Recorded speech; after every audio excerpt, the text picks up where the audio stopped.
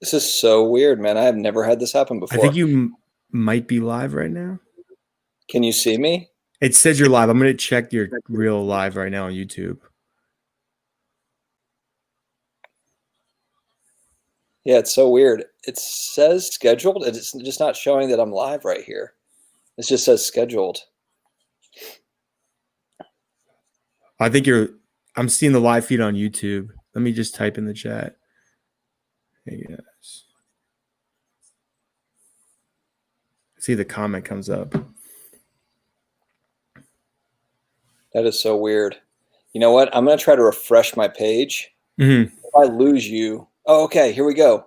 Yes. All right. It says that I'm live now. Okay, good. All right. Awesome. All right. Yeah, I guess I've been for a whole minute and it wasn't coming on my end. Don't you love technology where Oh you're just yeah. in there? All right, guys. Thanks very much for joining. I have got Anthony with Milone Money Mindset with me. I'm going to bring him onto the screen now. I swear I'm the king of technical difficulties with lives. I was on last weekend with Brad, Yeah. Comeback Card Oh, I Investor. was watching that. Yep, I saw. That was more on his end though, It's right? usually my fault. It's Yeah. usually my fault, but thankfully that was actually on him that time. Yep. But how's it going, Dustin? Appreciate you Good. having How me you on. doing, man? Good. Yeah, absolutely. No, I appreciate it. Yeah, you had me on a few weeks ago, and that was a really fun show, and Mm-hmm. it was cool just to kind of go back and forth and talk a little bit of cards. And it's been, I mean, a month is like an eternity when it comes to sports and For sports real, news. right? So Yeah. I A lot figure of like, things going on. yeah, let's do this again. So yeah, thank you very much for joining. And what I'm going to do, guys, is I'm going to kind of talk to Anthony, ask Anthony kind of about his YouTube channel. We'll start there, then we'll get into all the sports stuff. So Anthony, walk me through kind of as far as your YouTube channel Yeah. goes. I really like it because it's a mix of finance and sports card investing in sports cards and sports in general. I would Yeah. say I really like that mix.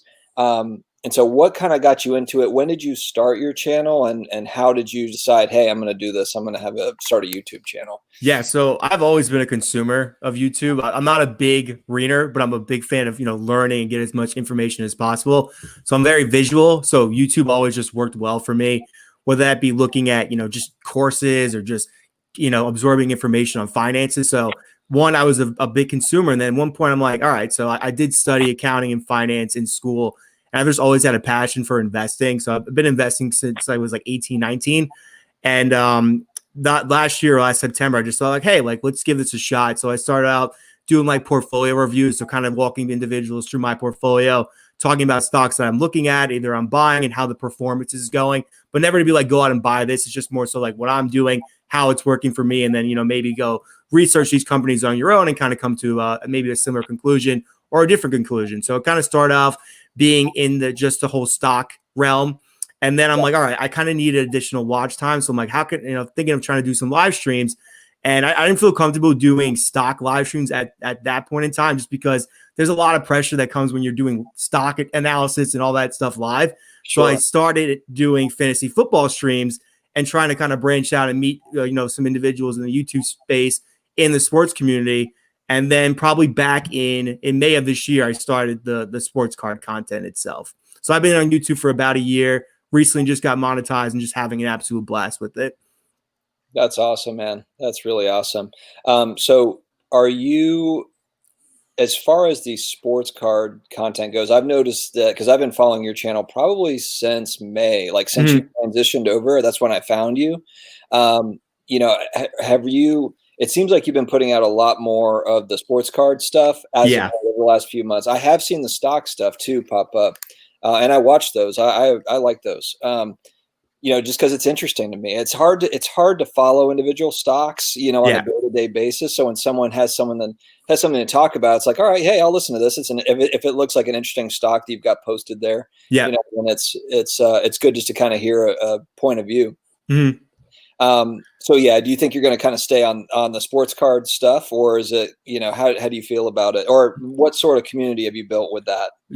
I love the sports card stuff. Like sometimes it can be like a lot of pressure to go out and film videos, especially, working 9 to 5. And then sometimes it's tough filming at night. And on the weekends, I want to go hang out with my friends. It could be a Saturday. I'm like, you're pressing that window of like 5 o'clock on Friday to basically like 6 o'clock on Saturday, potentially film a video or two. And sometimes it's just like, I'm too beat. I don't want to go out and film, but I never feel that way about the sports card videos.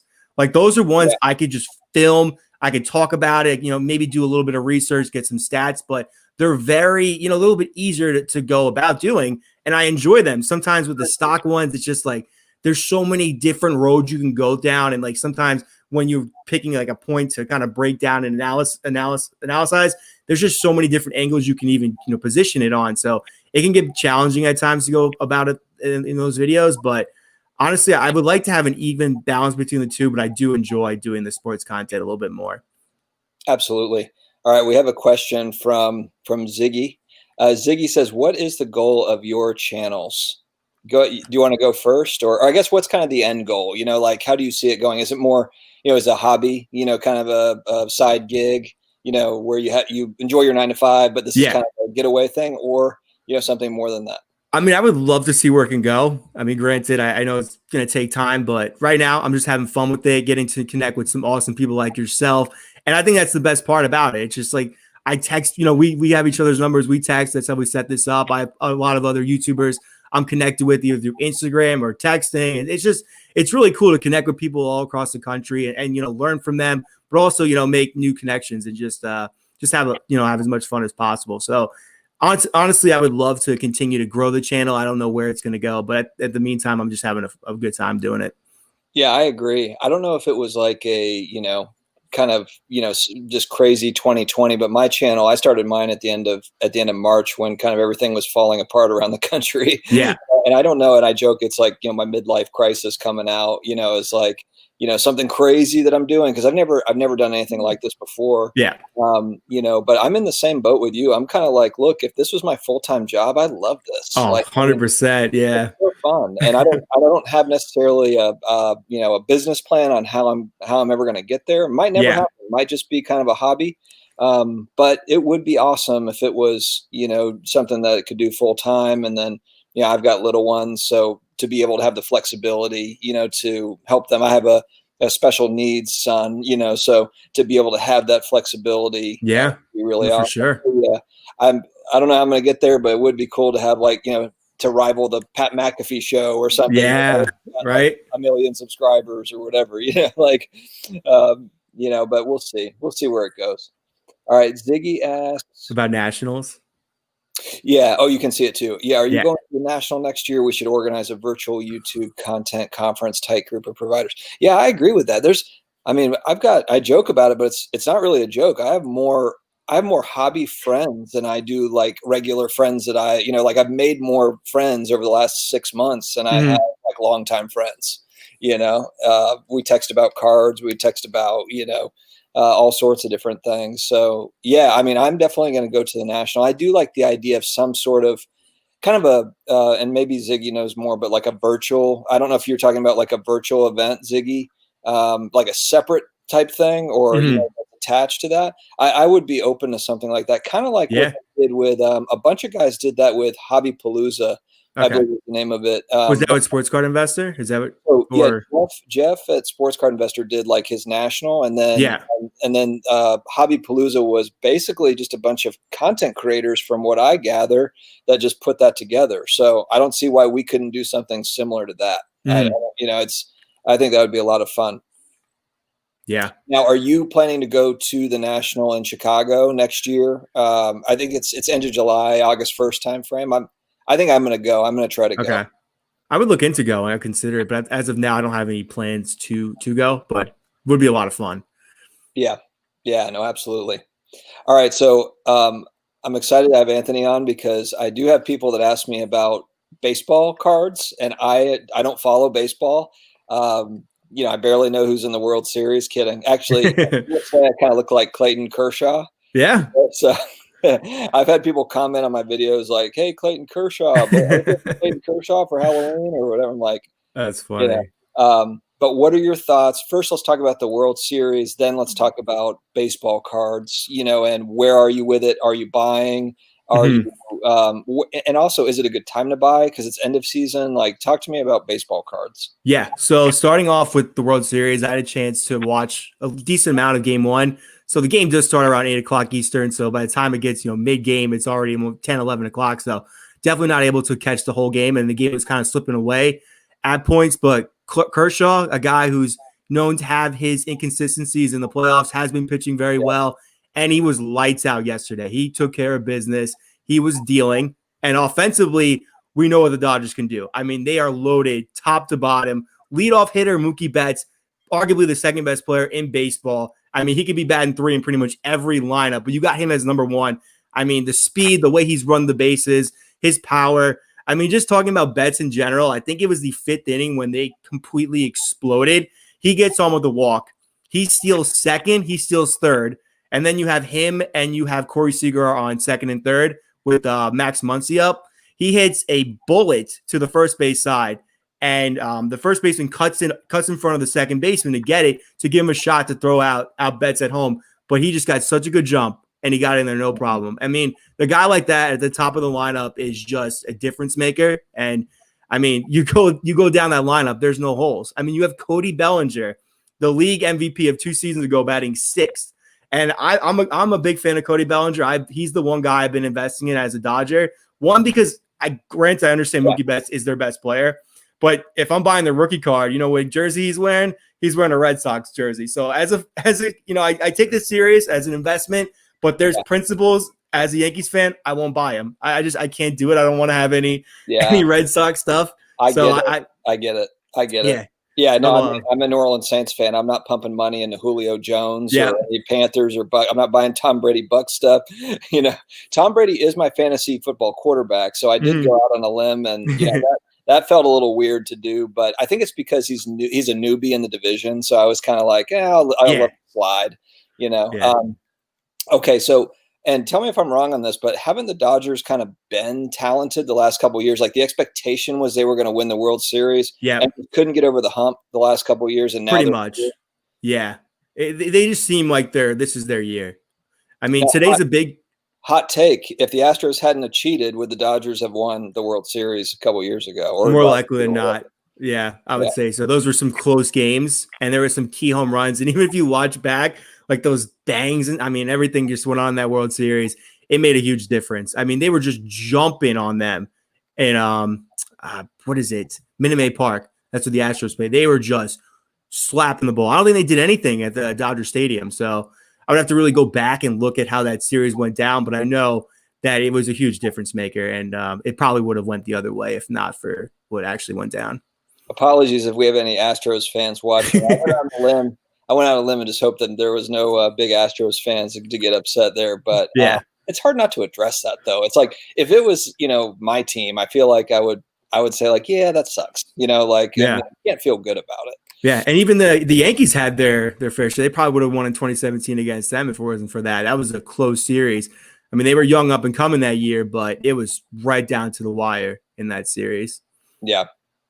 All right. So are you still hot on, are you buying Bellinger now, or is it not a good time? So I bought Bellinger right before playoffs started. That's when I was getting him.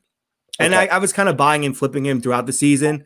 I actually had to hold most of the cards, but I did get a couple sales in there. And what's kind of cool about his market in general, I don't think I have the card with me, but one of his Topps Chrome PSA 10s, I think before the whole season started, or even like a couple weeks in, I was picking up that car for maybe like $35-$40. And I sold that for like $65-$70. And then when I bought in for the second time, they were around that $35-$40 range again. So it was like I was able to flip it, get back in because he wasn't doing as well. But I'm like, they're still going to make a deep playoff run and most likely get to the World Series.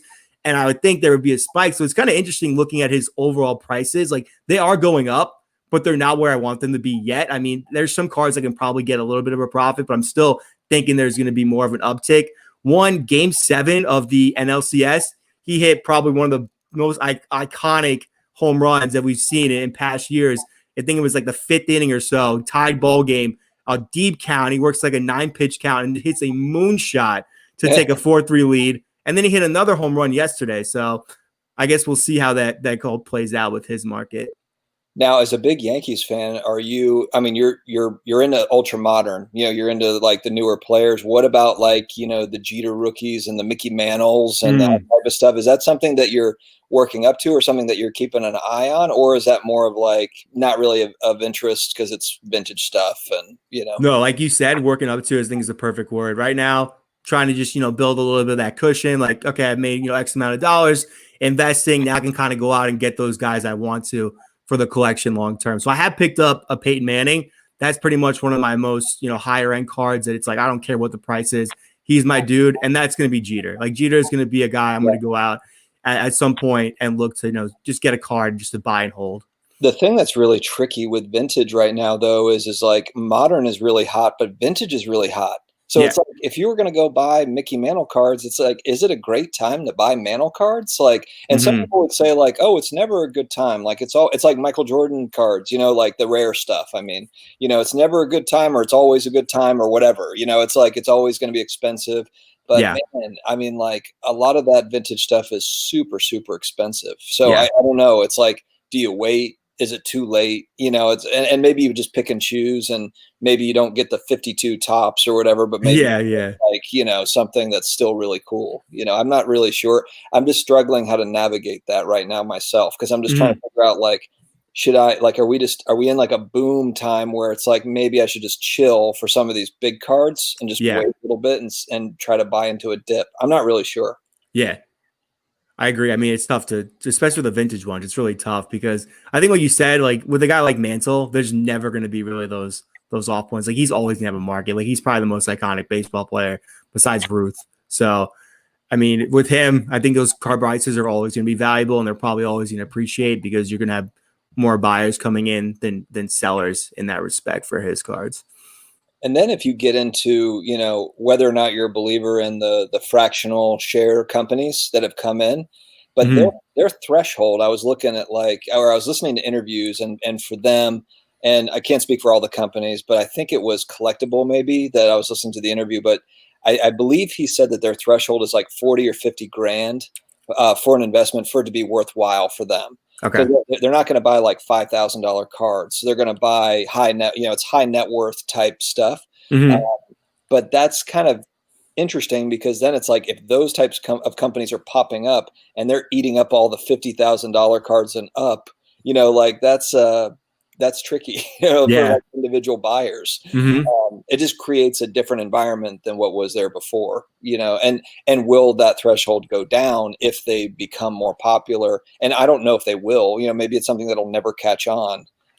But that's just something to watch too, I guess, if you're, buying more of the high end stuff. Yeah. All right, let's flip over to football. So I can't remember, are you a Jets or a Giants fan? Giants. They're both stink right now. It's so weird how bad the NFC East is. Like if you think about that division is a powerhouse division, and just the last couple of years, it's just been really bad. Yeah, I mean the Cowboys got stomped on Monday night. Yeah, I mean the Cardinals had no problem taking care. It's going to be like 6-10. Probably, yeah. And they'll be in the playoffs. Well, and then they I don't know if you remember this, but they expanded the playoffs out to 7 teams in each division. Okay. So instead of having like first and second seed have home field advantage, just the first seed has home field, which this year doesn't even really matter really with the virus. So I don't even know if home field is even a thing this year. But there will be that extra team in the playoffs in each conference, so that'll make it kind of interesting too. This is just I didn't know that. It's a weird sports year. There's actually 7 seeds on each side. So how do you see, obviously Barkley is a huge disappointment. Do you think he's going to come back full strength? I mean, he's such a workout beast and like a rehab, and like an ACL is kind of one of those things that like I feel like every running back gets at some point. I think based on his age and the way his regimen is working out, I think he can get back. I mean, who's to say he's going to be back to what he, potentially could be and was? I think he's going to hinder him a little bit just because, he is going to be getting up there in age as he, going into 24, 25. So I think it's going to factor it, but I still think we can see some good years out of him because he's so talented. Now, you think that Daniel Jones, last time we talked, I think it was like right as the season was starting or like right as the season had started. Because the last time I talked to you, Saquon had not gotten hurt yet. I don't Really? Oh, man. Yeah. So do you, now that we're a few games in, 5 games in, 6, do you think Daniel Jones is that guy? Or see, here's the problem is like, if you look at like 20 years ago, QBs had like 3 seasons to get their act together. Yeah. Now it's like you have like 2 years and you're out, then you're back up. Do you think that he's going to, because I think a lot of these guys will progress into something, down the road. Yeah. I mean, again, he's shown some good signs. Like this is another season where they just don't look good offensively, but he's had some decent showings. I mean, week 1, he looked good. But since then, nothing crazy. Even last week against the Redskins, Washington football team. I mean, they won the game, but he didn't really do anything special. Yeah. I think they still need to build around him. I think they gave him one more year. I think it's this year and one more year. And then it's like, okay, it's either this is our guy or not. But I think 2 years in, especially this year, you don't have really a training camp and just a lot of pieces, you lose Saquon Barkley. So I think they got to give him one more year. If Trevor Lawrence is at 1 and they have number 1, you maybe consider it, but it doesn't look like they're going to get the number 1 pick with how bad the Jets are. And there's probably going to be a few other teams that they can probably outscore with win wise. So, and I keep on seeing like all the different like memes and stuff about like Lawrence staying at Clemson just so he doesn't go to the Jets. Oh, it's funny. We say the Jets aren't picking 1 again next year. I mean, yeah. I think that, you can't, might not be able to avoid it. But do you think that Lawrence will stay in school, or do you think he'll come out and be a Jet? It looks like it's going to be the Jets. I can't. Yeah, he'll probably come out. I would say he'll come Sam out. Darnold, and it's like he's such a a paradox. Like Sam Darnold is a talented quarterback. Yeah, I know. He just hasn't. You can't say, well, he got a great shot. You can't just say like, well, it's his fault. I mean, I'm not going to say it's like none of it's his fault, but I mean, come on, like they got nothing around them. They're just a mess of an organization, coaching, everything. They're just. I mean, you look at like his top weapon last year was Robbie Anderson, and they let him go to Carolina, and Robbie Anderson's lighting it up. Doing great, yeah, fantastic. You took away his best weapon, and then Le'Veon Bell, I guess, was his other weapon, sort of. But then there's no offensive line. It's like it's bad. Gaze, how is Gaze a head coach? It's like, how does he still have a job? Like, I don't know. He's a disaster. And just the way he looks at you, with like the giant weird eyes. You're like, how do you sit in a meeting with that guy and like, this is the leader of our team? Oh man, sorry to all you Gaze Jets fans. If you're big on Adam Gaze, I think that it's time for them to move on from him. Yeah, for sure. So what's the Giants' record right now? 1-4, I believe.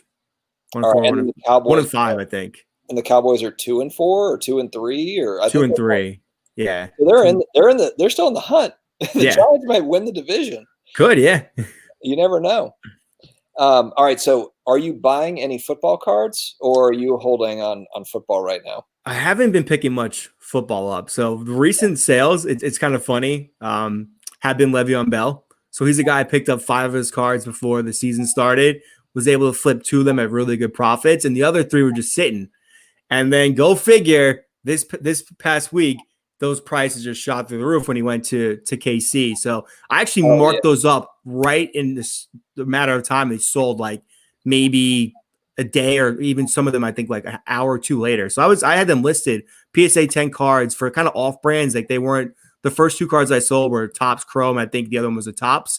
These ones were like a Bowman, and I think another one was like a Topps Magic, but I had them listed for like 23 or 25 bucks. And then one of them I marked up all the way to $49.99. It sold like that. So besides those sales, I haven't been buying much football at this moment. Mainly just basketball. I'll share a mistake that I made, and it was week 1. I mean, it's, take it for what it is. It's one of those things where I got greedy on, and this is a small card. This is nothing big, but I put up a David Johnson rookie card on eBay, and I can't remember what I put it up for. Or no. Okay, here's what happened. So it was week 1. And David Johnson had a huge. They played Thursday night. They played. I think they were the opening night. Or I'm against KC, right? I'm pretty sure they played that Thursday night. Was it against KC? Yeah. Yeah, that was the okay, opener. it was. David Johnson had a great game, and at halftime, I posted up a David Johnson card, and I put it up for like $48 or something. And I had bought it like 3 weeks before, and I bought it for like $9.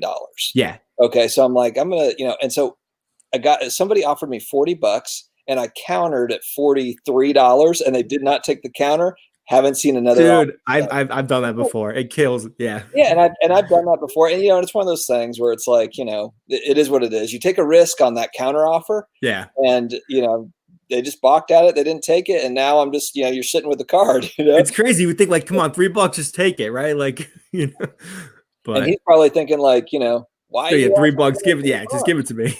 Yeah.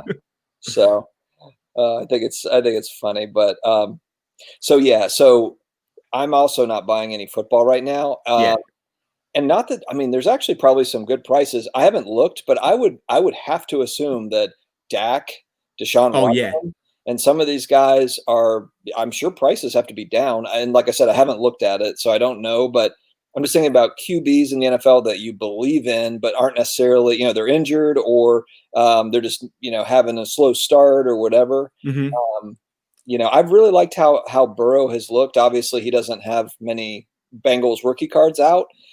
The Prism stuff will come out here in a little bit. I'm not going to buy the Prism stuff until probably 6 months down the road, I would guess. But I would like to have a couple Burrow rookie cards. I just think he's legit. I think he's going to be good. I know he doesn't play for a great franchise. Sorry to my Bengals friends. I have friends that are Bengals fans, so if you're watching, I apologize.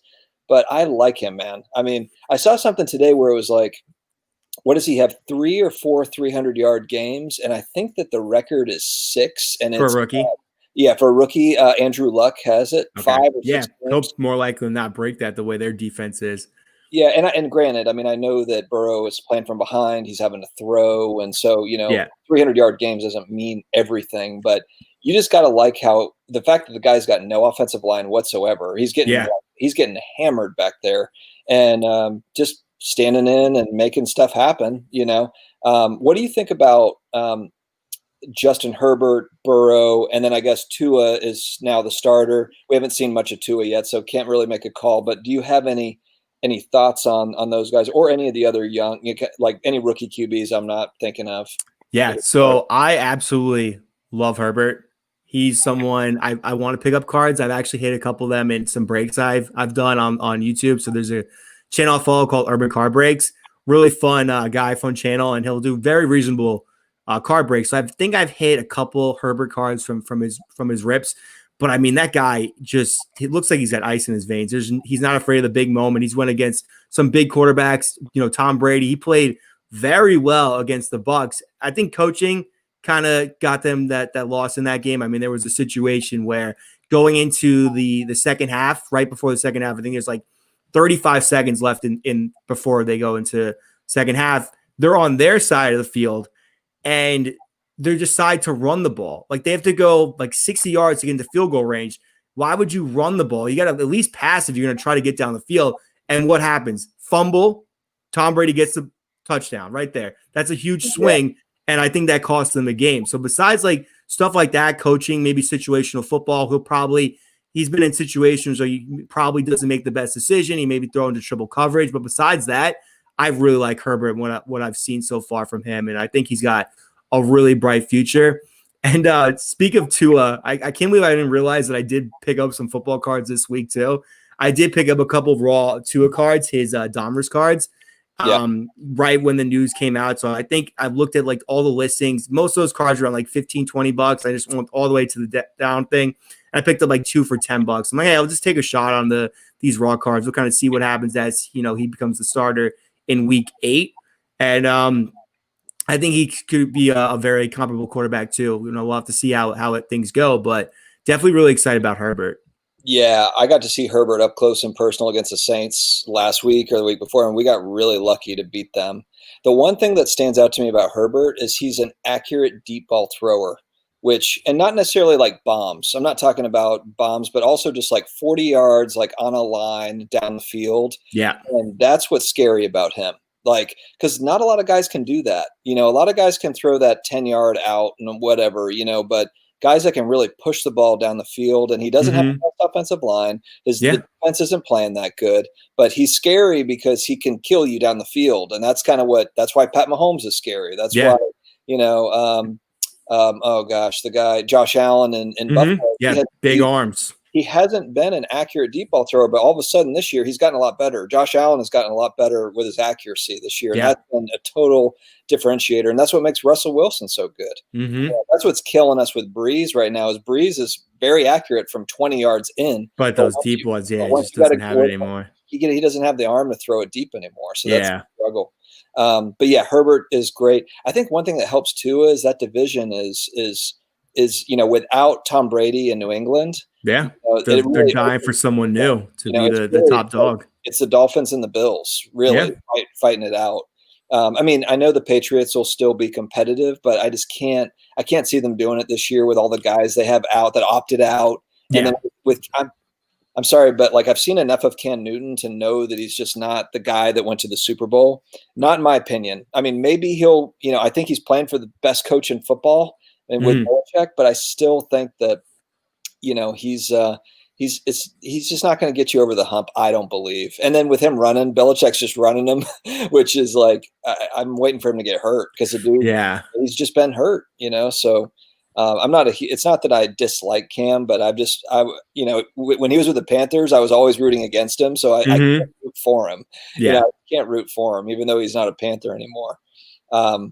What about so Burrow? He plays in a very tough division. I think that's the tricky thing with him in Cincinnati is even if he gets help, he's just in a beast of a division. Yeah. Do you think he can get the Bengals over the hump, against those other teams?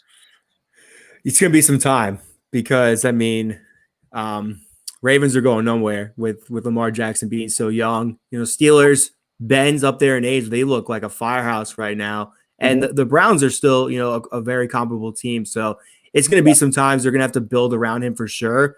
But he's definitely the youngest quarterback in the division. So I would say, 3-4 years, they'll probably be right out there 1-2 with some of those teams. Yeah, and that's a really good point. It's like when you look at like these QB classes, we look at them like right this second. But, in 5 years, there's no Tom Brady in the league. There's Ben's probably out by that point. No Ben Roethlisberger. There's probably no Russell Wilson. Because Russell Wilson's like 33, I think. So, or he's at the tail end of his career. Yeah. So really, like 5 years from now, all these guys are in control of the NFL. Yeah. So it's like which one is going to be relevant, emerge. Yeah. But that's what's so tough about it. It's such a QB rich league. There's just so many good quarterbacks or guys that could break out, even backup quarterbacks. I know people, I used to make fun of Jameis Winston when he was QB of the Bucks, because he'd make a lot of mistakes, but he also did a lot of really good things as the QB for the Bucks. And he's a backup. He's like a third string guy. And he's got a strong arm. Besides the poor decisions at times, like he could throw it with some of the best of them. He's for deep balls. He's a number 1 overall draft pick, and he's a backup right now. Wild. And he's not like Jamarcus Russell bad as like a number 1 overall pick. He's a decent player that just makes mistakes, But it'll be really interesting to see what the league looks like in 5 years. Like which teams are at the top and all that. It's going to be crazy. All right, so let's shift over to basketball now. So I think we were talking before this. It feels like buying season for basketball cards, and I know definitely. I'm taking little shots at cards. I'm actually being kind of cheap as far as like auctions go, and it's kind of like if I win it really cheap, then great. But I'm not overpaying. I wouldn't even say I'm overpaying. I'm not even paying like really what cards should be going for at a discount. I'm just kind of like going at it pretty cheap, but. I feel like 3 months from now, I'm probably going to be kicking myself for not like taking advantage more. What are your thoughts on?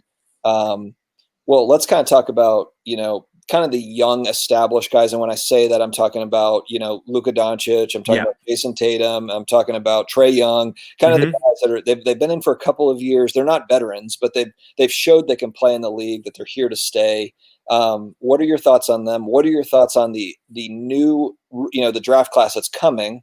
Are you excited about it? Do you have any kind of guys that you're looking at out of that class? And then I guess we can also talk about Zion and Ja and, Tyler Hero and those guys. Yeah. And I'll just leave it to you. Go ahead.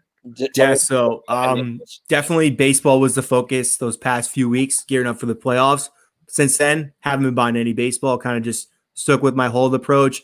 The Yankees didn't really pan out. Looks like the Dodgers will ultimately pan out. But since the past few weeks, it's definitely been all basketball at this point. And two out of three guys you mentioned for the first start, going into their third or fourth year with the Trae and Luka, those have been two of my main guys. And I don't disregard the talent of Jason Tatum, but again, New York sports fans, I don't want to get anywhere near the Boston guys. So definitely he's a phenomenal player. I mean, that kid is he's special. Like there's definitely, tremendous value with his cards. But again, just like from the fan and the personal side of it, I just kind of stay away from Tatum, but definitely been picking up some Trays and some Lukas. And then from the prospect for this year's rookie class, I think LiAngelo Ball is going to be special, or LaMelo is the LaMelo, right? Yeah, LaMelo. But besides that, I don't follow too much about who's coming into the league. So I guess we'll have to see how that goes. And for this rookie class, definitely been looking at and buying some Zion, some Jaws, and some RJ Barretts as well. Now, out of this class, like which guy is a guy that, you feel best about kind of moving forward, and which one, are you kind of taking a chance on, but you're like, and I'll just say mine. I think that I feel best about Ja Morant. Yeah. I'm thinking like long-term. The guy that I'm just taking, I was talking about it with Ziggy actually earlier. I got a couple of optic Zion rookie cards for about $50 each. Mm-hmm. It was just kind of like I took a flyer on them because I was looking at just comps, and that was kind of on the lower end. 45 or $50, I think is what they were. And I was just looking at comps from like 3 months, 6 months, 9 months ago.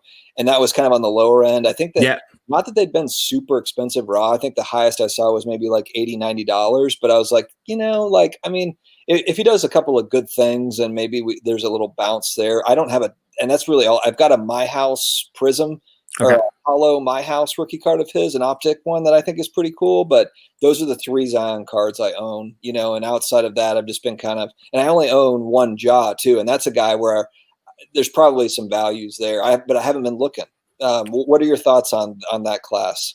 Yeah, I agree. I think Ja is the more stable one, won the rookie of the year. Injuries are probably less of a concern than a Zion. So Zion, I think they're just tremendous risk, but a higher reward than a Ja. I think Ja will do well, but I think, if everything goes well and right for Zion, his prices can be through the roof with his cards, just because the potential and just the way he plays the game with his physicality and his excitement. It's just a different level than even like LeBron. Like LeBron, don't get me wrong, like he's so aggressive, so physically strong, but like it's just something different when you watch Zion drive to the hoop and just slam it down. I mean, he's a beast. I mean, he's so quick, so strong, and it's just really fun to watch. Yeah, you're right. And that's the thing with Zion. I mean, if he put together, let's just say next season, maybe he doesn't have a crazy season, but maybe he has, 20 points a game, 22 points a game, but he plays a full season. Yeah. I feel like just that alone, just because of the exciting plays, like you're talking about, the alley-oops and the big dunks, and he's got that excitement around him. He plays for a small market team in New Orleans. So I could see kind of a frenzy around him. And I think that's what people hope for him, because he's a good, nice kid, and, comes from a good background and everything. Like, rooting for him, and he's got the physical gifts, to make it happen. So it'll be really interesting if he just plays a full year, then his stuff really could do well. He is a good kid. I saw like when everything was going down, he was paying like the staff of their arena, like their salaries for like a month or so. So that was really cool. Yeah. Oh, what's up, Rage? How's it going, buddy? What's going on? And then we've got Ziggy. This year, basketball is going to be awesome with Curry and Warriors returning. I agree. Yeah. Those are 2 huge stars that it was like it was kind of weird watching the NBA bubble. Yeah, you've got LeBron, you've got Kawhi, but not having Curry and not having Kevin Durant. Yep, Clay. Yep. And Clay and those guys, it's like it just felt like something was missing. I'm not taking away from the Lakers championship at all, but it would have been really awesome to see a full strength Warriors team and then, have KD in there in the mix as well. I'm excited for next year. And I think that could be really huge build up for that for next year's season. If we're getting back to a little bit more normalcy, you've got, at least some of some crowds, maybe it's not full stadiums, but maybe it's, just at least something to work with. I don't know. I think that could be kind of a rallying point for the country. Maybe it's just kind of sports getting back to more of a normal way of life. Definitely. Okay, so you are buying basketball. What else are you going through? Are you doing any like weird Zag things, like flipping Steve, who's in the chat? He always pings me that he's buying, Serena Williams rookie cards and the late, the Pokemon stuff that I have no idea about. Hey, Yamwax, how's it going, man? There's definitely, these Zags. And what's funny is Steve is probably going to make like $1 zillion off these Zags, that he's, because they're like low pop. When I say Zag, I'm talking about the Zig and the Zag for people who know what I'm talking about. The Zig is what everyone's doing, and the Zag is kind of, something out of the ordinary. Do you have any of those? Are you buying Mike Tyson cards? Are you buying Sports Illustrated Tony Hawk cards? Do you have anything like that you want to? Or, hey, if you don't want to share it because you don't want people to buy them, I get it. Yeah.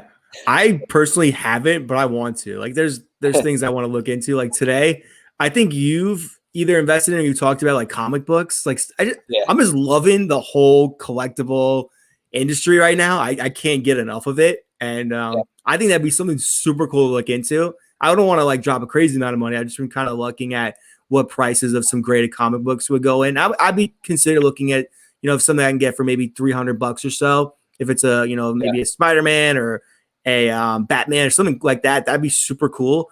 But besides like the main core sports, I haven't really looked into like UFC or anything. I've looked at it, but I haven't actually pulled the trigger on any alternative cards. But Pokemon has been crazy. I wish I knew more about Pokemon, but it's just blowing up like crazy right now. Too. Last weekend I was at my brother-in-law's house, and he was like, he was into it as a kid. And I think that, like, I have a little brother that's 33, just turned 33, and my brother-in-law is 33. So it's like right in that age group where he was like, yeah, I have, and he showed me like a binder with some of his cards. And he was like, yeah, if you want to watch the show, he like pulled it up. We almost fell asleep watching like the Pokemon movie from 2000. I'm trying to get up to speed on all this Pokemon stuff. Yeah. There's so much going on in it. I'm like just lost. It's like, I feel like I'm going to have to forget about the cards. I'm going to need to spend like 100 hours just getting caught up on the characters, the movies. It's a serious deal. I got back in. So when I got back into the hobby a little over 2 years ago, I also kind of simultaneously got back into comic books. I wasn't a massive comic book collector when I was a kid. I had like in the early 90s, Image Comics was big. So it was like Spawn. Todd McFarlane, who did a lot of the Spider-Man stuff, like he is the Venom inventor or creator. I don't know if like he gets full credit for it, but he is kind of the one that drew him first and all that. He did Spider-Man, Amazing Spider-Man number 300, Todd McFarlane, then spun that off into Spawn. And Spawn was a massive comic book. If you didn't, I'm just telling you in case you didn't follow it. But, in the early 90s, they branched off. Todd McFarlane, a few other guys branched off and made Image Comics, which was a big deal back then because really it was just like Marvel and DC, and that was it. And then Image came along, and that kind of transformed kind of how they did the way they drew comic books. It was completely different. So it was kind of a cool little renaissance in comic books there in the early 90s. But just like with cards, they mass produced the stuff. So like Spawn number 1 had like 5 million copies. Wow, really? Okay. So yeah, and it's really cool book. I've got a CGC 9.8. But you can get them for $80-$90 because there's so many of them. And that's the same with like Shaq rookies, or whatever. It's like the same story. Cards. But actually, I sold a comic book that it actually hurt my feelings to sell it. But it was one of those where like I got kind of the profit out of it that I wanted. But it's a book that I really love. It's Superheroes, or is it Secret Heroes, Secret Wars, Secret War number 8. And it's got a really cool cover. And it's kind of, it's like first appearance of the Spawn, or not Spawn, the Venom, the symbiote suit. So it's like Okay. the appearance of Spider-Man in the black suit. But the book is just awesome, and it was a 9.8, and it was one of those books I bought it a couple of years ago. I bought it for like $150, and I sold it for $450. Nice. I was gonna say 4. That's nice so profit. I got out of it what I wanted to get out of it, but that was one where it's like, man, that was one I did not really want to part with. It's just and that 20 years from now it's going to be an important book, with all the Venom and the Spider-Man stuff. Yeah. But it's just one of those things. You have to let go of things, and that's the collector investor part. That's it's tough. I agree. But yeah, no, I mean, like Iron Man #1, and I have a first appearance of Black Panther, which is Fantastic Four #52. I've got it in a 6.0 CC, and at the time I bought it for maybe like $700. Okay. And it's not like with sports cards where stuff appreciates. It's not as volatile, or it hasn't. Yeah. So I think it might be worth $1,000 right now. Okay. But for me, that was literally like I'm going to hold this for a long time. That wasn't a flip book. That was this is an important book that, it's first appearance of Black Panther. And those are the types of things that I look for, and I haven't bought it. I haven't bought any comic books in a while, but I'm with you though. It's like, it's a cool, it's so cool piece of history. And when you add the graded, cards are cool in the capsule, but then comic books are in like a giant capsule. It looks cool. Awesome. I was just looking at eBay for some time today. I'm like, these look so cool. Yeah. So I like to mix it up with those. And that's why, like with my channel, I research graded action figures. I'm like, these Ninja Turtle action figures in 1987, when I was a kid that I had, they're actually grading those and they sell for a lot of money. And I'm like, I get it. Like, that's a cool, like, nostalgia thing. I don't know. It's like a speculative market where, like, who knows what that'll look like 20 years from now. Same with like graded video games. They're very speculative, but they're cool items. They're definitely cool to own. So I get the nostalgia behind it. It's fun. Yeah. All right, what do we have, Rage? I had this book too, Rage, and I sold this book. He's talking about Iron Fist #14, I believe is the number on that, and that's first appearance of Sabretooth. Wicked cover on that book. And I had like maybe an 8.0 or something like that. I had a couple of them, but that is a cool book. Yam Wax, what's up, man? Caprio. This dude is so for those that are watching, and Yam, I'm shouting you out a little bit, but this guy has an unbelievable collection of all sorts of different things. He's got every sort of sport, non-sport card. Yam Wax, I usually see his stuff. I believe both on Instagram and then also on Twitter. But man, he has got some unbelievable stuff in his collection. Big Pokemon stuff, but then he's also got sports cards. He's got every sport. So I'm shouting you out, Yam, because you have. I'll check him out. Yeah, and so he says Leo is a huge comic book collector. His dad was in the industry. Yeah, I'm sure Leo. So cool. With the money Leo's got, he's got got bangers. Yeah, Amazing Fantasy #15, and he's got probably all the good stuff. I'm sure. All right. Yeah, man. All right, Flippin' Steve. I have a bunch of new Mutants comics from the 90s. Some issues gained value and Deadpool got a movie. Yeah. What is it? New Mutants #98, I think, is first appearance of Deadpool.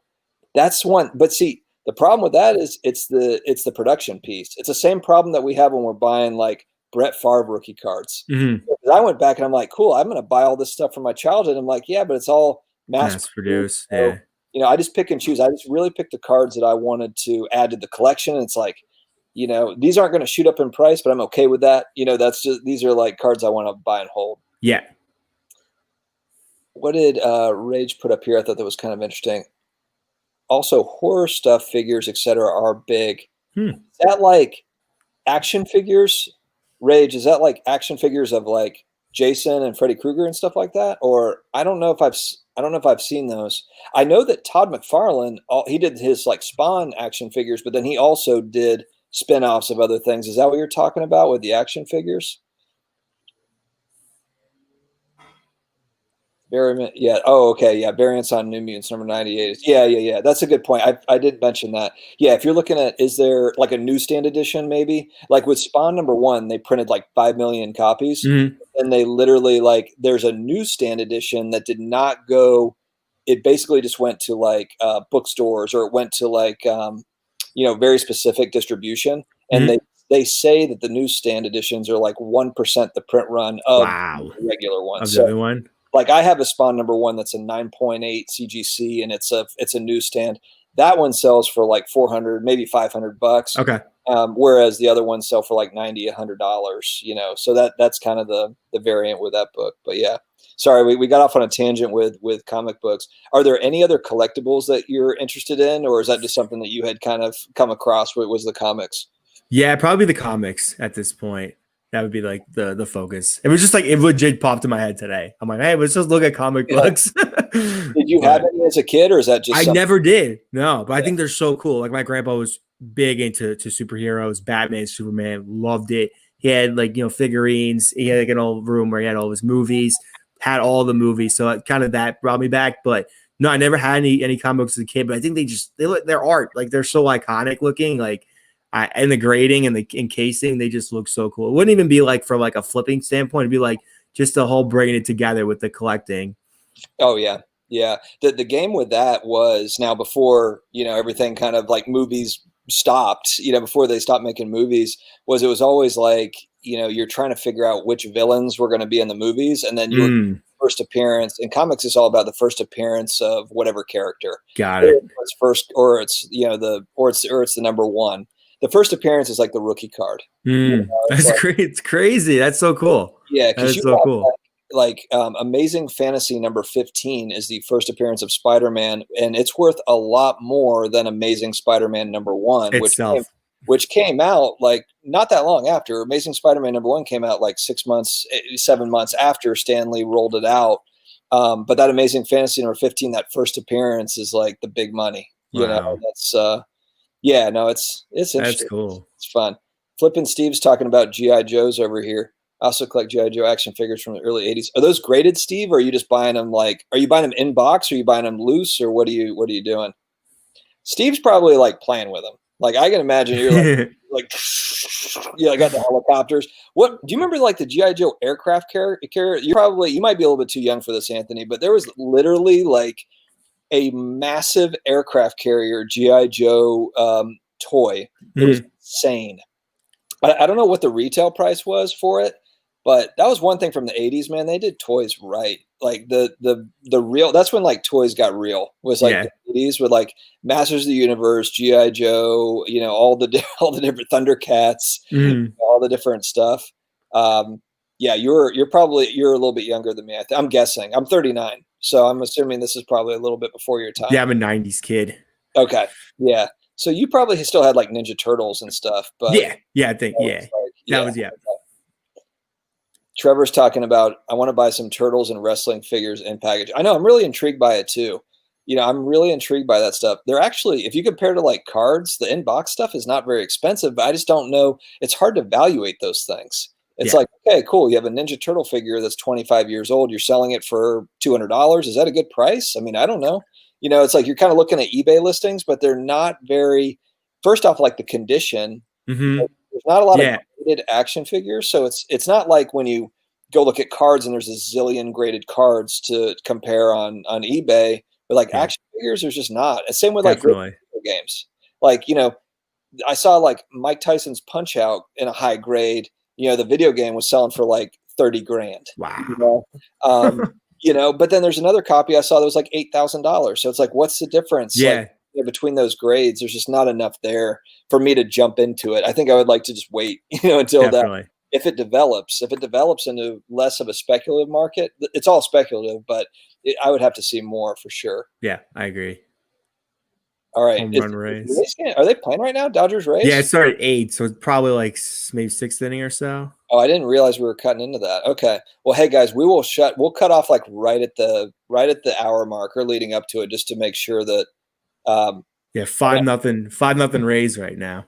5-0 Rays, man. Not a bad time to be a Tampa sports fan. Yeah. Between like the Bucks, the Lightning that just won the cup, and then you've got, the Rays that are knocking on the door. Yeah. How will it be though for Dodgers fans who like really should have won it already? And they're here, and it's like you've got this pesky Rays team that just won. Yeah. Because to me, tell me if I'm wrong. I'm not a huge baseball guy, but like the Rays, like from a talent standpoint, really shouldn't stack up to the Dodgers, right? Not even close.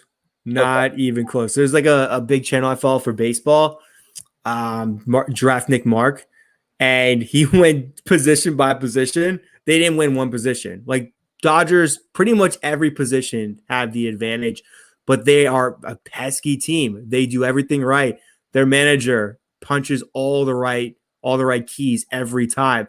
They go with a lot of openers, so sometimes they'll just roll out with a guy who's going to go 1-2 innings, and then they just go their bullpen the rest of the way. And he always seems to place the right guy in the right position. They do a lot of shifting. They even throw 4 outfielders out there at times. Like defensively, they're fantastic, and they get on base and then they beat you down. Like besides this guy Randy Arozarena, who's been like their savior, who was really a no key guy. Like I didn't really know of him. He wasn't really on anyone's radar. I think he's either he's a rookie this year.